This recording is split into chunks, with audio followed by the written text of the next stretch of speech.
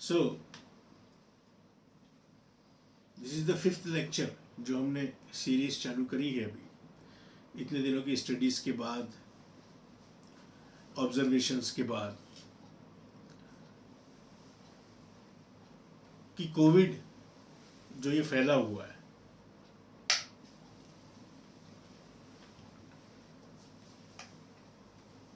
ये कोविड को as a homeopath हम किस तरीके से, किस एटीट्यूड के साथ इसका सामना करें, उसके लिए इस सीरीज का फर्स्ट लेक्चर देखना बहुत ज़रूरी है, जिसका नाम हमने दिया है एटीट्यूड।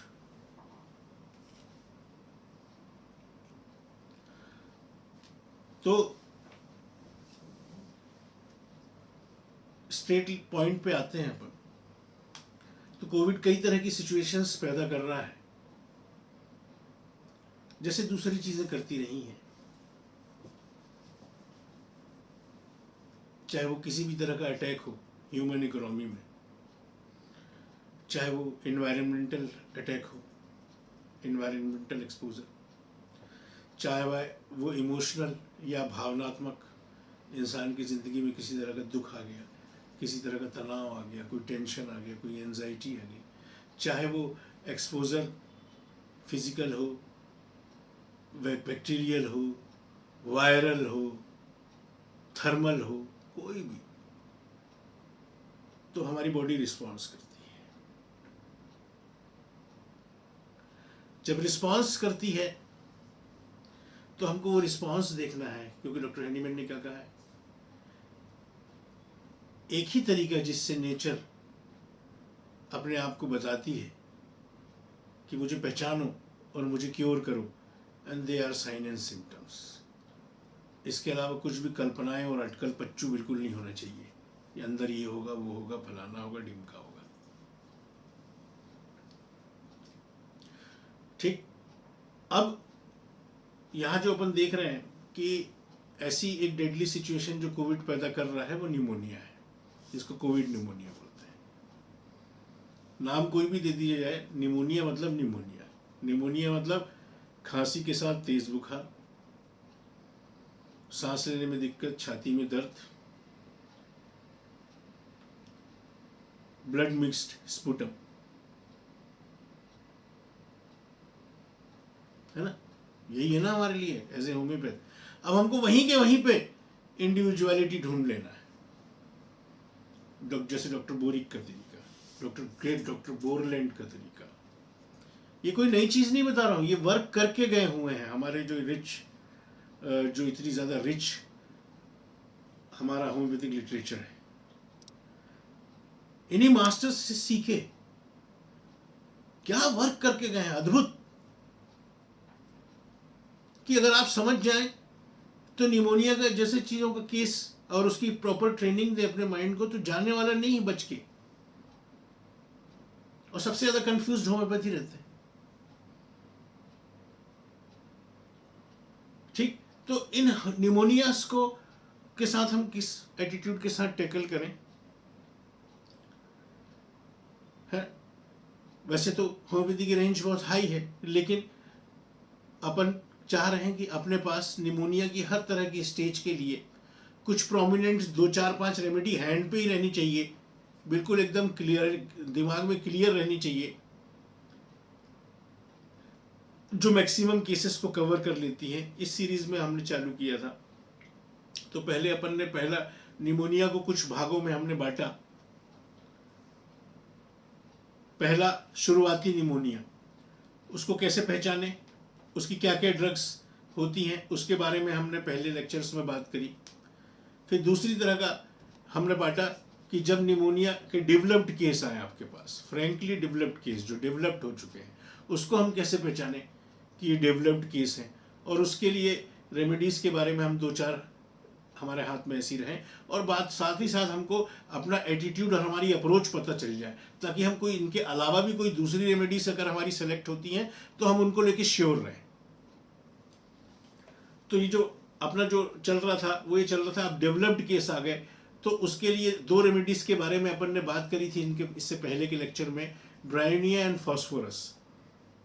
दो और रेमेडीज का नॉलेज आपको होना चाहिए डेवलप्ड केस ऑफ निमोनिया के लिए।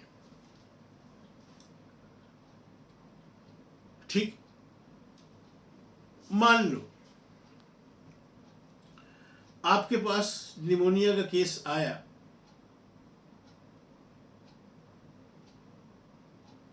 निमोनिया का केस आया मतलब ऐसा पेशेंट आया जिसको तेज खांसी हो रही है, बुखार आ रहा है,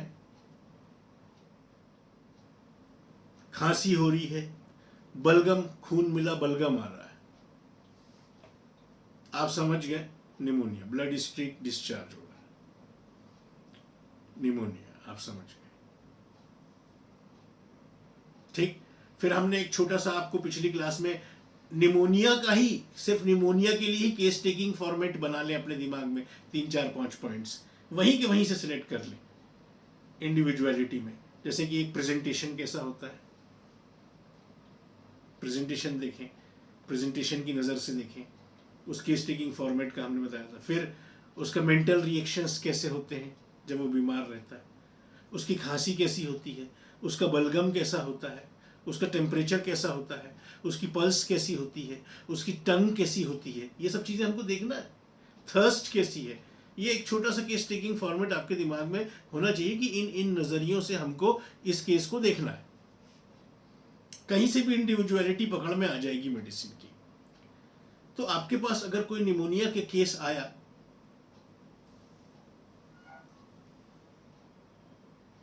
जिसका हाई टेम्परेचर, तेज बुखार आता है,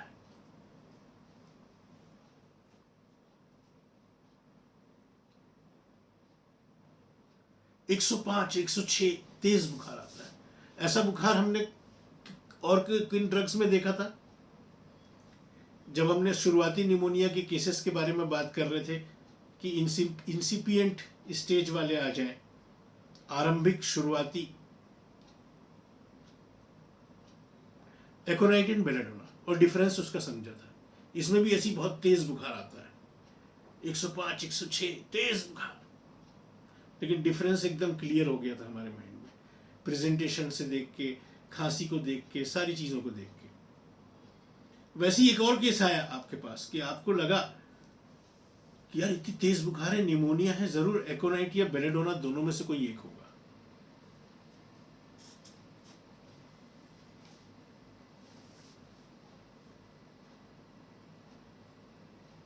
लेकिन जब आपने थोड़ी हिस्ट्री जानी तो सडन ऑनसेट नहीं मिला कि अचानक से कल गया था बाहर, आया और छींकें आई उसके बाद, और उसके बाद खांसी चालू हुई, ठसका थोड़ा शाम होते और देर शाम तक, और उसके बाद रात में बहुत तेज बुखार आ गया। ऐसा सडन ऑनसेट नहीं मिला आपको। तो आप डाउट में पड़ गए, यार सडन ऑनसेट नहीं है, एकोनाइट बेलेडोना में तो ये मिलता है, प्रेजेंटेशन तो मैच नहीं कर रहा है एकोनाइट और बेलेडोना से। उसमें फास्फोरस टाइप का मिला जो डेवलप्ड केस में आती है। क्या कि डॉक्टर साहब 1 2 दिन से थोड़ा सा थका थका सा लग रहा था, 1 डेढ़ दिन से, और उसके बाद से फिर हल्का ठसका वगैरह चालू हुआ खांसी का, फिर उसके बाद अब ये तीसरे चौथे दिन बुखार आ गया, बलगम आने लग गया, ऐसा। लेकिन फास्फोरस भी नहीं है। क्यों? क्योंकि फास्फोरस और ब्राइनिया में हमने देखा, डेवलप्ड केस ऑफ निमोनिया में जब बात कर रहे थे, कि इनका बुखार 103 के आसपास तक जाता है, बहुत हाई फीवर नहीं जाता।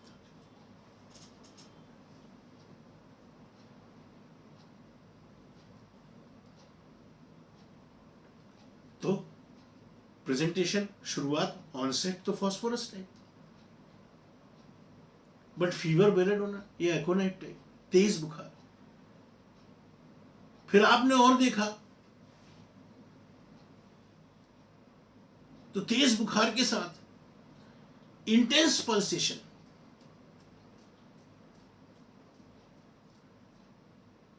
जबरदस्त, और दिल ऐसा धड़क रहा है बिल्कुल जैसे कि क्या कहते हैं, चेस्ट वॉल पे धक्के मार रहा, धक धक धक, जस्ट लाइक बेलेडोना, दोनों चीजें बेलेडोना में मिलती। बेलेडोना में क्या बोला था, ऐसा लगता है पल्स इतनी फुल और बाउंडिंग होती है कि ऐसा लगता है फाड़ के निकल जाएगी, इतनी वायलेंट तेज बुखार के साथ। ऐसी इसमें भी दिख रहा है।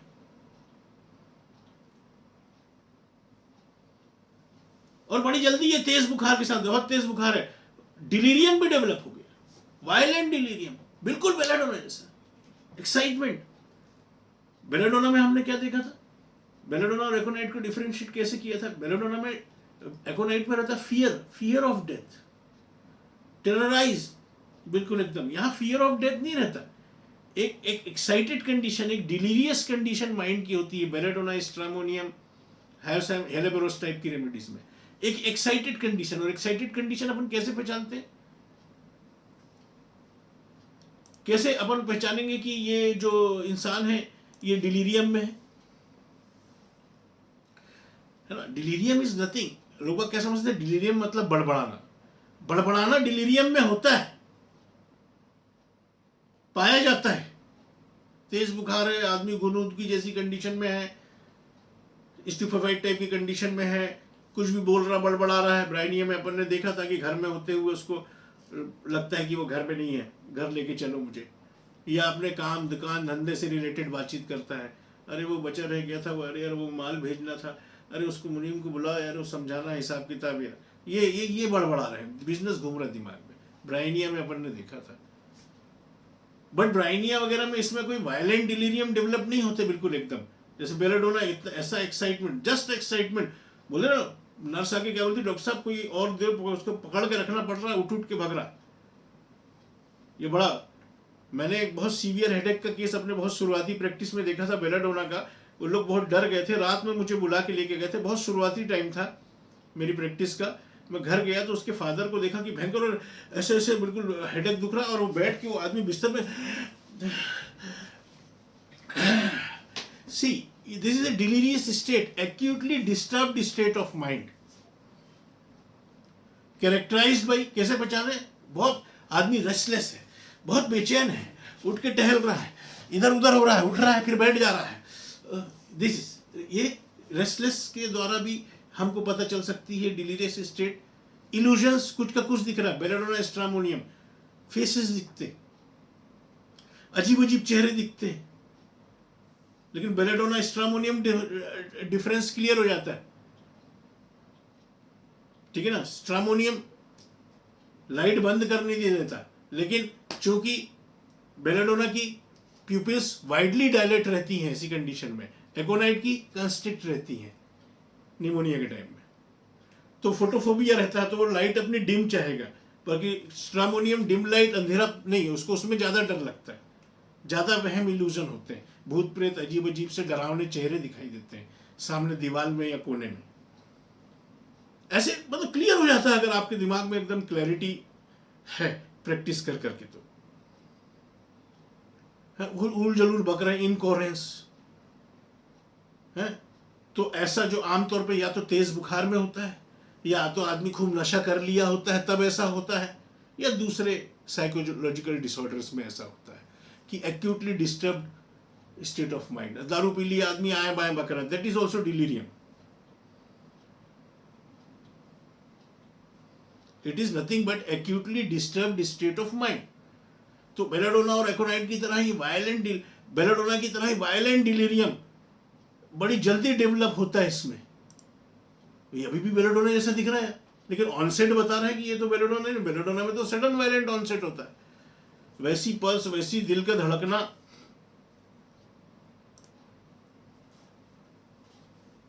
वैसी अजीब अजीब फेसेस एंड फिगर्स दिखाई देना वॉल्स पे, और जो भी दिख रहा है वो डरावना है। बस ध्यान रखना इस दवा में, टेरिफाइंग, जो भी चेहरे दिख रहे हैं, कुछ भी दिख रहा है, इल्यूजन और वहम हो रहा है, वो डरावना होगा। और प्यूपिल्स चेक किया तो वो भी वाइडली डायलेटेड, ऐसा लग रहा है बेलेडोना ही है यार, लेकिन ऑनसेट तो नहीं कह रहा यार कि बेलेडोना है। वैसी तेज बुखार, वैसी पल्स, वैसी एक्साइटमेंट, वैसी डिलीरियम, वैसी डरावनी चीजें दिखना।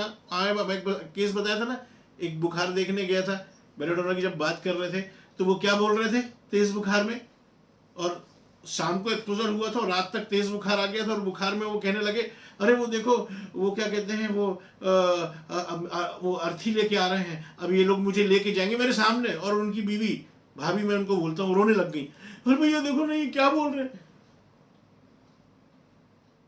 That is delirium, that was delirium actually. ऐसा पूरा बेलाडोना दिख रहा है यार, इतनी तेज बुखार, वही फुल बाउंडिंग पल्स, वैसी सब एक्साइटमेंट, वैसी सब डिलीरियम, वैसी सब सारी चीजें।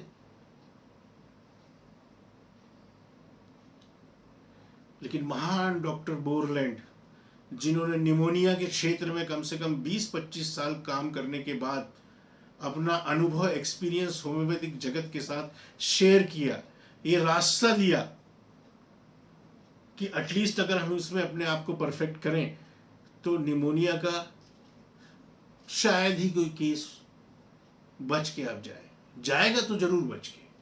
बिकॉज मैंने हमेशा कहा है we are doctors, we are always practising. हम भी आज भी उलझ जाते हैं, कई केसेस में उलझ जाते हैं, वाकई में उलझ जाते हैं।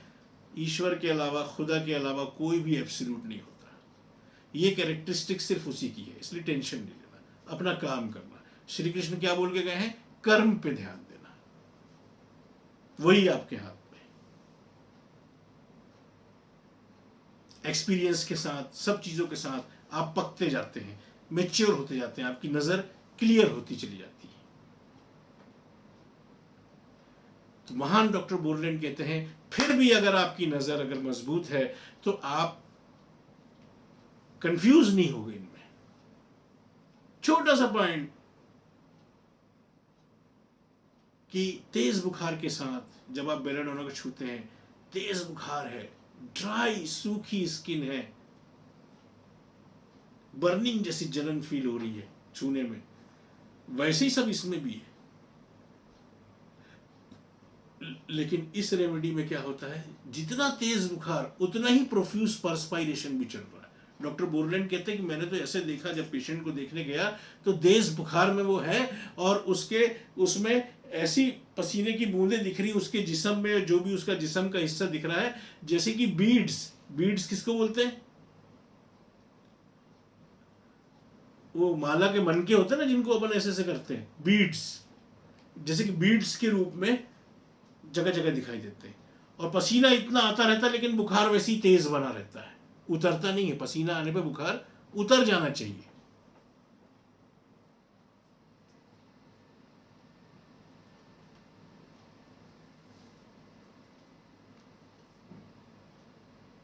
अब क्लियर हो गया ना, ऑनसेट से बेलाडोना है और ना इसकी स्किन की कंडीशन बता रही है, ये सूखी नहीं है, ये पसीने से तर दिख रही है। तेज बुखार है, पसीना भी अच्छा खासा आ रहा है, बट बुखार नहीं उतरता। एंड दिस रेमेडी, ऐसा प्रेजेंटेशन अगर आपको मिले जो दिख तो बेलाडोना जैसा रहा है लेकिन उसका ऑनसेट जो है वो ये बताता है, और सबसे ज्यादा स्पुटम का कैरेक्टर। कमेंसिंग शुरुआती निमोनिया में जब आप एकोनाइट, बेलाडोना, इपिकैक, कालीफॉस के बारे में, ये 4 रेमेडी के बारे में जब अपन ने बात करी थी तो अपन ने देखा था कि मोर और लेस ब्राइट रेड ताज़ा खून की स्ट्रीक्स आती हैं बलगम के साथ, जो ये बताती है कि अभी शुरू हो रहा है। थोड़ी बहुत डार्कर रहती हैं, हल्की फुल्की, लेकिन जब हम डेवलप्ड केस ऑफ निमोनिया देखते हैं तो इसमें हमको खून जो आता है मिला वो डार्क ही दिखता है क्योंकि वो डेवलप्ड केस है।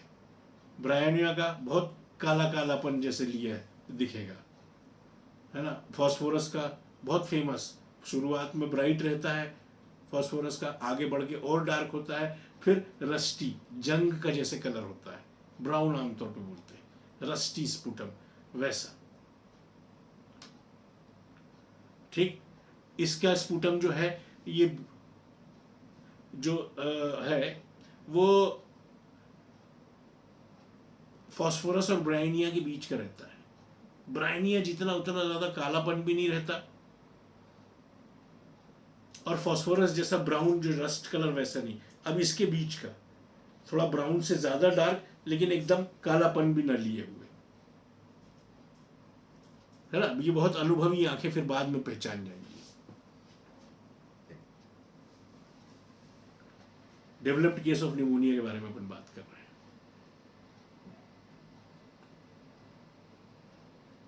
तो एक बहुत इंपॉर्टेंट पॉइंट कि in spite of high temperature there is always profuse perspiration without any fall in temperature.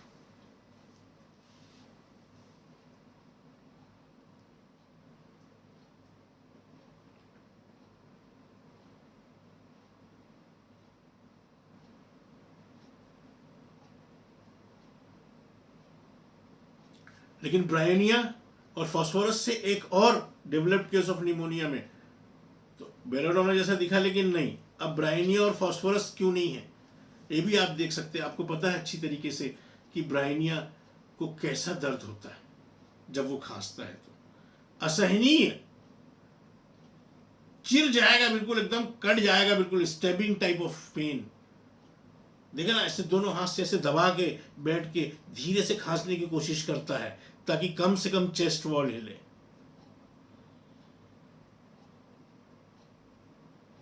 यहां तक कि पिछली क्लास में बताना भूल गया था, ब्रायनिया का पेशेंट सांस भी लेता हुआ ऐसा दिखेगा जैसे कोई बहुत तेज दौड़ के आया या कोई बहुत मेहनत का काम करके आया, तो ये ऊंची ऊंची हांफने वाली जो सांस लेता ना,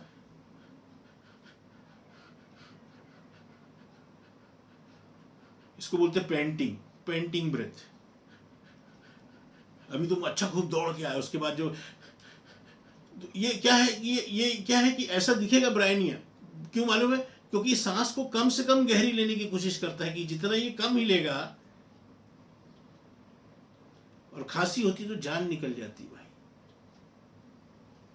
वैसे ही फास्फोरस के साथ भी होता है कि जब उसको खांसी होती है तो अंदर छाती में हिलने मिलने का कोई चक्कर नहीं है। मैंने बताया था, जलन होती है, तेज जलन, आग लग, खांसी होती है ना, बिल्कुल एकदम आग लग गई डॉक्टर साहब, ऐसा लगता है बहुत तेज। लेकिन इस रेमेडी जिसके बारे में मैं बात कर रहा हूं, इसके निमोनिया के केसेस में बस वो इतना ही बोलेगा कि खांसते टाइम डॉक्टर साहब थोड़ा छाती में दर्द भी होता है। ऐसा कुछ नहीं बताएगा ब्रायनिया फास्फोरस अरे जान निकल जाती है, अरे बहुत सहन नहीं होता, ये नहीं बताएगा। बोले खांसते टाइम छाती में दर्द भी होता है,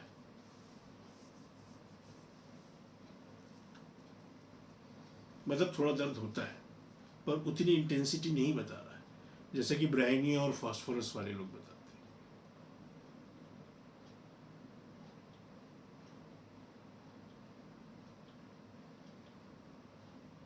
ब्रायनिया के पेशेंट्स के लिए ऐसी कंडीशन में जब वो टाइफाइड या निमोनिया जैसी बीमारियों से घिरे रहते हैं, उठ के बैठना बड़ी बुरी गली कंडीशन होती है। जैसे ही उठ के बैठते हैं तो ऐसे चक्कर आता है और तबीयत इतनी गड़बड़ गड़बड़ लगती है कि वापस लेट जाते हैं। लेकिन ये जब उठ के बैठता है तो इसको भी एग्रावेशन होता है, लेकिन इसको एग्रावेशन एक खास तरीके का होता है। कभी मिल जाए तो धुंधला धुंधला दिखता है, डिम विजन, आंखें से लगता कमजोर हो गई अगर मिल जाए तो। और एक जो कि डॉक्टर बोरलैंड कहते हैं कि कभी भी टेक्स्ट बुक में नहीं मिला है, ये नहीं है, लेकिन मैंने अपनी ही लाइफ में 20 साल में बड़ी फ्रीक्वेंटली इस रेमेडी के अंदर देखा है कि अक्सर ये मिलता है। पेशेंट बताते हैं, बच्चे हों चाहे बड़े, कि कुछ भी खाता हूँ या पीता हूँ, प्लेन वाटर भी चाहे जूस भी या कुछ खाने की चीज़, मुंह में ना एक बड़ा गंदा सा अजीब सा मीठा मीठा टेस्ट आता है। डॉक्टर बोरन बोले मैंने क्लिनिकली कई बार वेरीफाई किया है, अगर ये कभी मिल जाए तो आपके काम आ सकता है। दिस रेमेडी मैनिफेस्टेशन में बेलाडोना जैसे दिखने वाली, ऑनसेट में फास्फोरस जैसी दिखने वाली, बलगम में ब्रायनिया और फास्फोरस के बीच की, चेस्ट फेन में कम इंटेंसिटी वाली, और एक जबान की भी देखते हैं अपन। जबान इसकी दो तरह की मिल सकती है,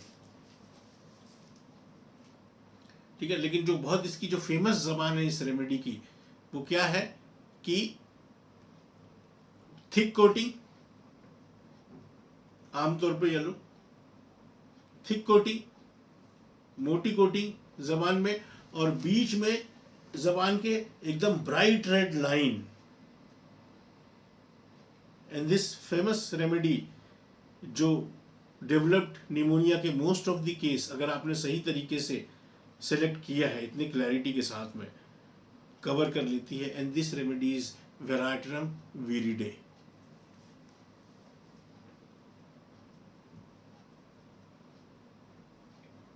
क्लियर है ना। चौथी और लास्ट रेमेडी जो हमारे हाथ में होनी चाहिए कम से कम,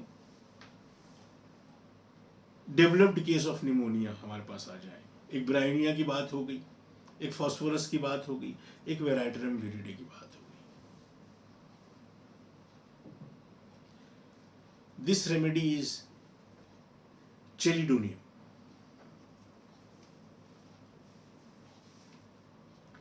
डॉक्टर बोरलैंड कहते हैं अपने 20-25 साल के एक्सपीरियंस से, अनुभव से, कि कई केसेस जिसको हमने ब्रायोनिया समझ के दी थी दवा और ठीक नहीं होते हैं, वो ज्यादातर रहते चेलिडोनियम के हैं, लेकिन बाय मिस्टेकन ब्रायोनिया दे दी जाती है, क्योंकि दोनों का मैनिफेस्टेशन ऑलमोस्ट सेम होता है। और बारीक नजर अगर किसी की नहीं हो, या किसी ने इस तरह की स्टडीज करके, इस तरह की क्लासेस करके, इस तरह का प्रैक्टिकल एप्लीकेशन में लेके अनुभव नहीं लिया है, तो वो चूक हो सकती है। इतना एक जैसा मैनिफेस्टेशन करीब करीब होता है।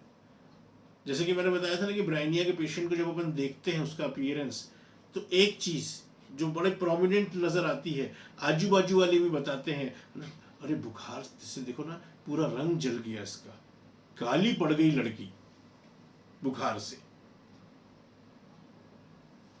यही डार्कनेस फिर होठों में भी आता है ब्रायोनिया में, फिर वो सूख जाते हैं और फिर अच्छे खासे फटने भी लगते हैं, और ऐसा बहुत बड़ी एक्सट्रीमिटीज में भी।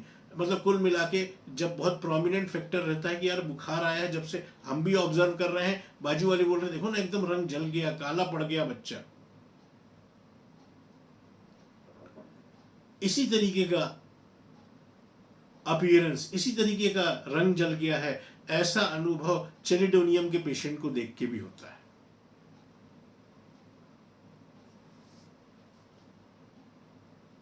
बहुत अनुभव नहीं है तो पहचानना मुश्किल है ये चीज देख के, ये अपीयरेंस देख के कि ब्रायोनिया दे कि चेलिडोनियम दे।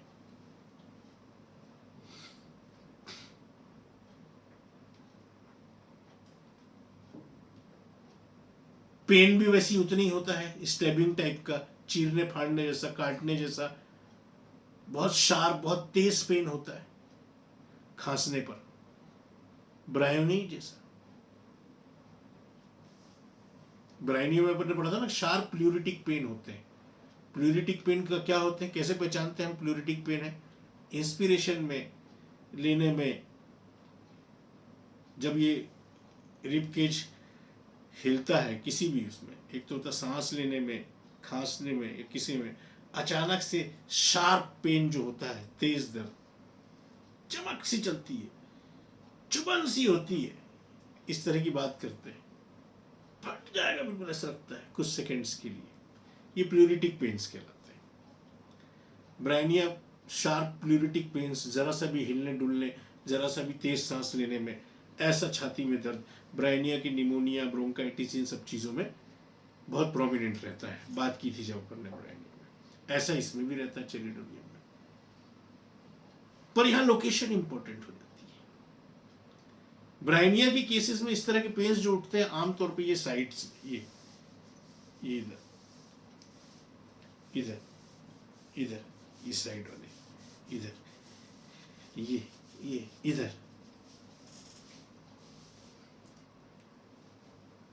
और इसके पेन्स जो उठते हैं लोकेशन, ये फ्रंट में उठते हैं। बिल्कुल ऐसा लगता है डॉक्टर साहब कि यहां से कोई चीज ने यहां तक छेद कर दिया हो, जो कि शूट होते हैं बिल्कुल एकदम सामने से पीछे की तरफ, थ्रू स्कैपुला। ब्रायोनिया की तरह राइट साइड लंग इफेक्ट होता है, पर ब्रायोनिया में अपन ने क्या बोला था, लेफ्ट हो तो ये सो देख के ब्रायोनिया को रूल आउट नहीं करना। अगर सारे प्रेजेंटेशन, सिम्टम्स, स्पुटम, थर्स्ट, अगर कोई कैरेक्टरिस्टिक्स मिल जाए तो अनप्रेजुडिस माइंड रहना। ये भी प्रीडोमिनेंटली राइट साइडेड रेमेडी होती है।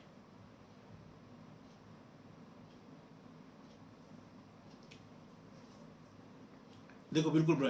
तो अब यहाँ पे एक अपने को डिफरेंस मिला कि ये लोकेशन पेन की, इससे अपन पहचान सकते हैं कि ऐसा बिल्कुल जले रंग वाला, बिल्कुल वैसी ब्राइनिया कैसे दिख रहा था। ऑनसेट भी सेम। पूछोगे कैसे शुरू हुआ था, कुछ नहीं डॉक्टर साहब, 2-3 दिन से तबीयत थोड़ी सी गिरी गिरी सी लग रही थी, नासाज लग रही थी, 2-3 दिन से थका थका लग रहा था, इनडेफिनिट फीलिंग ऑफ मलाइस, जी अच्छा नहीं लग रहा था, 2-3 दिन से भूख ठीक से नहीं लग रही थी, या 2-3 दिन से हल्की हरारत बनी हुई थी। अब आज अचानक से तेज हुआ मामला, बुखार तेज हुआ, खांसी तेज हुई, खून में बलगम आया, तो डॉक्टर की याद आई। ऐसा ग्रेजुअल ऑनसेट।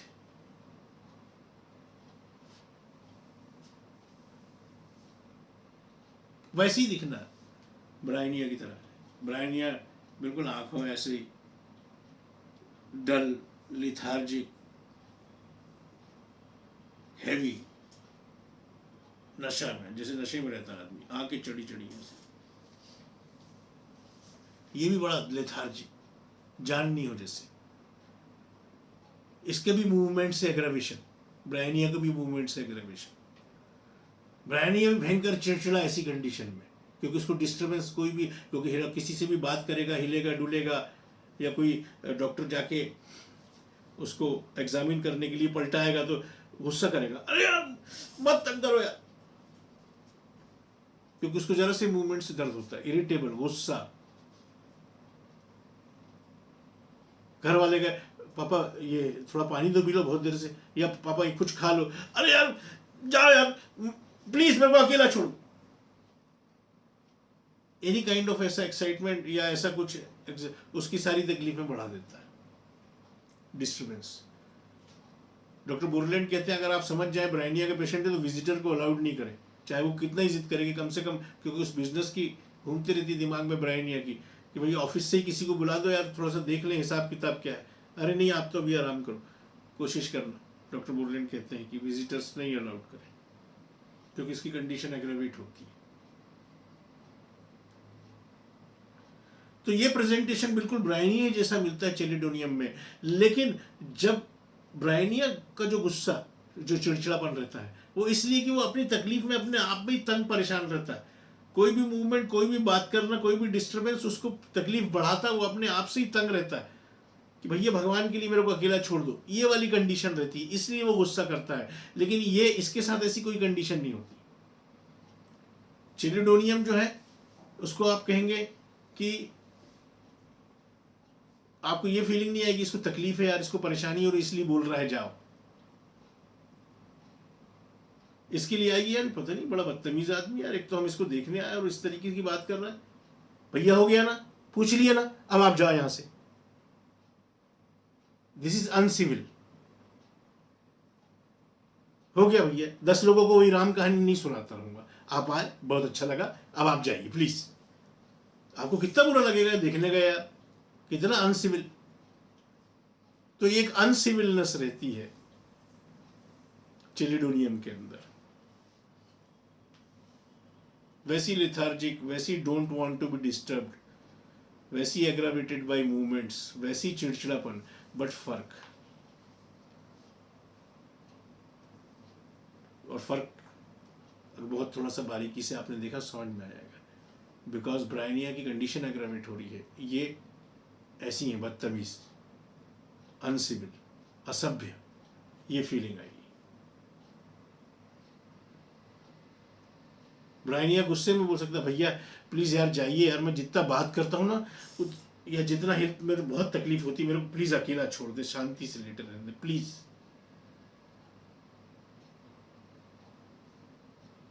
यहाँ वाली कंडीशन रहती, यहाँ फीलिंग आएगी कि यार बड़ा बदतमीज, इसको तो देखनी है यार, मरने दो सारे को, गलती की यहाँ की, ये फीलिंग आएगी।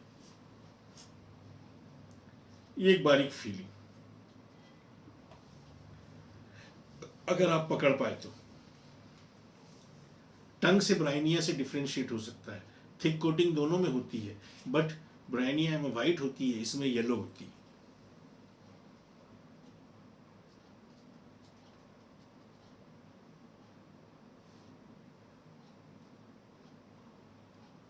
स्पुटम से भी आप ब्राइनिया से डिफ्रेंशिएट कर सकते हैं। ब्राइनिया को बहुत तकलीफ होती है खांसने में, भयंकर ज़्यादा तकलीफ होती है खांसने में, छाती पकड़ के खांसना पड़ता है, ठीक है ना, और बहुत मुश्किल से बलगम थोड़ा सा निकल पाता है, गाढ़ा चिपचिपा, वो भी मुंह में यहाँ आके चिपक जाता कई बार, तो ऐसा करके हटाना पड़ता है, हैंग हो जाता है। लेकिन इसमें आसानी से आता है, प्रोफ्यूज आता है, बलगम आसानी से आता है, अच्छी मात्रा में आता है। ब्राइनिया से इतना सा गाढ़ा चिपचिपा नहीं आता।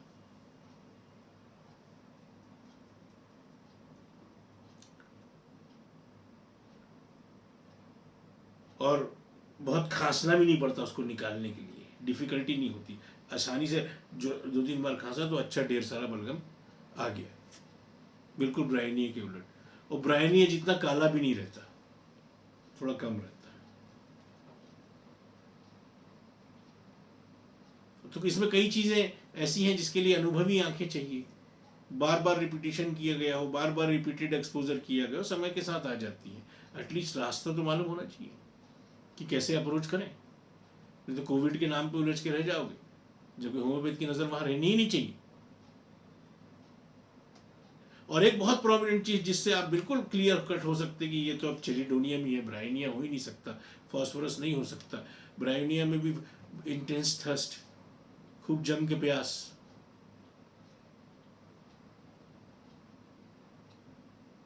प्रिफरेबल कोल्ड ड्रिंक चाहिए, उसको ठंडा चाहिए, ठंडा पानी। और फॉस्फोरस को तो फ्रिज का चाहिए, चिल्ड। चेलिडोनियम को गर्म पानी चाहिए भैया, उसको गर्म से आराम होता है। नहीं, गर्म खांसी में गर्म पानी पी रहा हूँ 1-2 दिन से घर वालों से बोल के, तो उससे आराम है।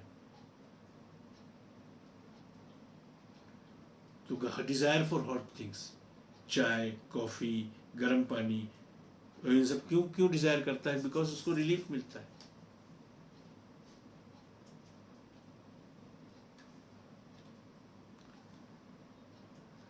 ब्राइनिया को जिस साइड का लंग अपन ने देखा था इन्वॉल्व होता है, उसी साइड लेटने में आराम मिलता है। फॉस्फोरस टिक के ऐसे करके बैठा रहता है, क्योंकि उसमें छाती की कसावट ऐसा बैठा मिल सकता है, रेस्पिरेशन बहुत सीरियसली प्रभावित हुआ रहता है, अफेक्टेड हुआ रहता है,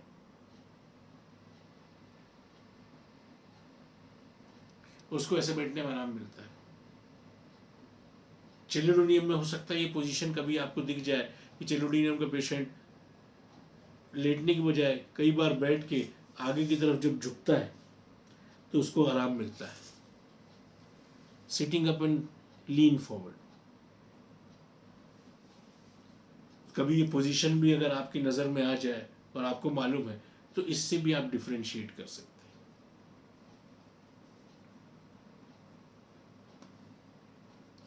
तो देखो, ब्राइनिया जैसा प्रेजेंटेशन बट डिफरेंट है।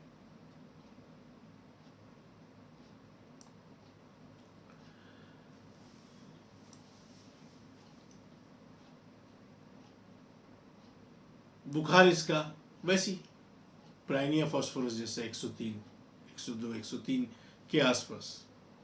तो ये 4 रेमेडीज अगर आप की अंडरस्टैंडिंग एंड क्लैरिटी बना ली बार बार रिपीटेड एक्सपोजर करके, तो maximum developed case of pneumonia, फिर वो चाहे किसी भी एक्सपोजर की वजह से हो, चाहे वो ठंड से हो, चाहे वो भीगने से हो, चाहे वो कोविड से हो, चाहे वो किसी भी चीज़ से हो,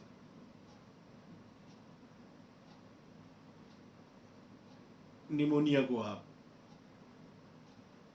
ज़्यादातर developed case in 4 remedy, Bryonia की अंडरस्टैंडिंग, फॉस्फोरस की अंडरस्टैंडिंग, वेराट्रम विरिडी की अंडरस्टैंडिंग और चेलिडोनियम की अंडरस्टैंडिंग, मैक्सिमम कवर। और ऐसी है अप्रोच से इसके बाहर की दूसरी कोई रेमेडी भी सिलेक्ट कर सकते हैं। अब इतना ज़बरदस्त है, जैसे कि अपने इतना इतना अच्छा काम किया है। मैं तो बड़ा इन पूरे होम्योपैथिक जगत को, वर्ल्ड को इनका ऋणी, यानी कि इनका इनडेप्थ मतलब कर्जदार है। एहसान महसूस करना चाहिए। जैसे अपन ने देखा, इतना तक बताया अपने 20-25 साल का अनुभव, जैसे बताया था कि अगर आपके पास शुरुआती केस ऑफ निमोनिया के आए तो उसमें पोटेंसी भी कैसी सेलेक्ट करनी है और रिपीटिशन कैसा रखना है, ये बताया था अपन ने। अब बोले कि अब जो डेवलप्ड केस ऑफ निमोनिया से अगर आप डील कर रहे हो और आप अपनी रेमेडी सेलेक्ट कर लिए और आप कॉन्फिडेंट हो कि यही आपकी रेमेडी है, तो डॉक्टर बोरेन बोलते हैं, मेरे 20 साल का एक्सपीरियंस ये कहता है कि ऐसे केसेस में हमको जो पोटेंसी जो हम यूज करते हैं वो करते हैं हाई।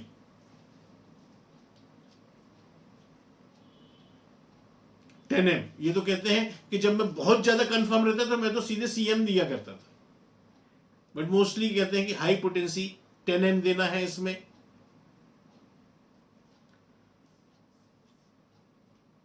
और रिपीटिशन कैसे करना है, एक्यूट केस में भी अपन ने रिपीटिशन बताया था कि पहले 4 डोज ऐसे रिपीट करना है इतनी पोटेंसी में, फिर उसके बाद अगले 12 घंटे तक हर 2 घंटे में रिपीट करना है, उसके बाद देखना है कैसा, वो बता चुके हैं अपन। लेकिन डेवलप्ड केस ऑफ निमोनिया में हाई पोटेंसी, 20 साल के एक्सपीरियंस उन्होंने बताया, एटलीस्ट 10M। और फिर आपकी कितने आप श्योर हो, कितना आपका एक्सपीरियंस है, फिर आप 50 या CM भी दे सकते। और बोले इसको कैसे करना है रिपीटिशन, कहते हैं जो भी आपने डिसाइड किया, आमतौर पे मेरा 20 साल का अनुभव कहता है कि इसकी 6 खुराक काफी होती है। हाई पोटेंसी आपने दी, 10M दी, CM दी, जो भी दी, हर 2 घंटे से आप 6 खुराक दें तो मेजॉरिटी ऑफ केसेस बोले जो हैं ठीक हो जाते हैं। इस तरीके से डेवलप्ड केस में अगर हम जो भी रेमेडी सिलेक्ट किए तो उसको इस इतनी पोटेंसी में और इतने रिपीटिशन में जब हम देते हैं, 6 डोज जरूरी होते हैं बोले 2-2 घंटे के अंदर से, मेजॉरिटी ऑफ केस ठीक हो जाते हैं। लेकिन कुछ केस ऐसा देने के बाद भी, माइनॉरिटी ऑफ केस, कुछ केस 100 में से 10 केस, 10 में से 8 या 9 केस ठीक है, लेकिन 10 में से 1 केस या 2 केस ऐसे हुए कि उसके बाद भी सिम्टम्स दिख रहे हैं, 12 घंटे बाद भी। ये 6 डोज दे चुके आप 2-2 घंटे से, उसके 12 घंटे बाद भी आपको अभी दिख रहा कि हाँ अभी भी थोड़ा बुखार आ रहा है, अभी भी है, अभी भी अगर ज़रूरत है कि रिपीटिशन की, तो बोल रहे हैं कि फिर अगर आपको लगे नहीं रिपीटिशन की ज़रूरत है कुछ केसेस में, माइनॉरिटी ऑफ केसेस में, तो उसके बाद सेम पोटेंसी जो आपने दी थी 6 डोज 2-2 घंटे से, और 12 घंटे बाद आपने ऑब्जर्व किया और देखा नहीं अभी ज़रूरत है, अभी पूरी तरीके से ठीक नहीं हुआ, अभी भी बुखार थोड़ा आ ही रहा है अभी भी, तो फिर अब 3 डोज और देने पड़ेंगे, और वो भी 4-4 घंटे के अंदर से। तो ऐसे केसेस में 9 डोज, पर मेजॉरिटी ऑफ केसेस 2-2 घंटे के अंतर से 6 डोज। माइनॉरिटी ऑफ केसेस देने के बाद 12 घंटे बाद देखा आपने नहीं 3 डोज और लगेंगे अभी, तो वो 3 डोज 4-4 घंटे के अंदर से। ये 20 साल का एक्सपीरियंस उन्होंने बता दिया, और हमने प्रैक्टिस करके भी देखा, उसके रिजल्ट्स भी देखे। नहीं मालूम ही नहीं है, सेलेक्ट भी कर लिया, तो अब आपको एक्सपीरियंस किसी का नहीं मालूम है कि अब इस केस में रिपीट कैसे करें। कोई कुछ कहता है, कोई कुछ कहता है, लेकिन किसी एक्सपीरियंस्ड इंसान की जो अच्छा वर्क करके गया, इसके एक्सपीरियंस का फायदा हम क्यों नहीं लें, है ना। और जैसे जब अपन पोटेंसी के बारे में बात कर रहे थे, तो पोटेंसी के बारे में डॉक्टर कैंट ने क्या कहा है कि ये लॉ का मैटर कम है, एक्सपीरियंस का मैटर ज़्यादा है। क्योंकि बड़े इंडिविजुअल लोग होते हैं, किसकी कैसी वाइटलिटी है, किसकी कैसी फ्रीक्वेंसी है, और उसमें कौन सी फ्रीक्वेंसी सेट होगी, ठीक है। इसलिए टेंटेटिव, डॉक्टर कैंट ने क्या कहा था कि टेंटेटिव लॉ, संभावित नियम बनाए जा सकते हैं, एब्सोल्यूट नियम नहीं बनाए जा सकते, एक्सपीरियंस बहुत काउंट करता है, ठीक। तो ये हो गया अपना frankly developed case of pneumonia सा है। तो उसमें क्या क्या देखें, कौन कौन सी रेमेडीज प्रोमिनेंट हमारे हाथ में होनी चाहिए, और किस तरीके से पोटेंसी डिसाइड करें और किस तरीके से रिपीटिशन करें, ये ऑलमोस्ट कंप्लीट बात कर ली अपन ने। अब अपन जो आगे जो लेक्चर्स होंगे उसमें रेगुलर रहने की कोशिश इसलिए करें क्योंकि अब अपन देखेंगे कि लेट निमोनिया के केस अगर हमारे पास आए, मरने की कंडीशन में आ रहा है या फिर हाथ खड़े कर दिए, कॉम्प्लिकेटेड टाइप के केस, तो उसको कैसे हम टैकल करें, क्या क्या देखें, और उसके लिए कौन कौन सी प्रोमिनेंट रेमेडी कम से कम हमारे पास तैयार होनी ही चाहिए, इसके बारे में हम बात करेंगे। ठीक है ना।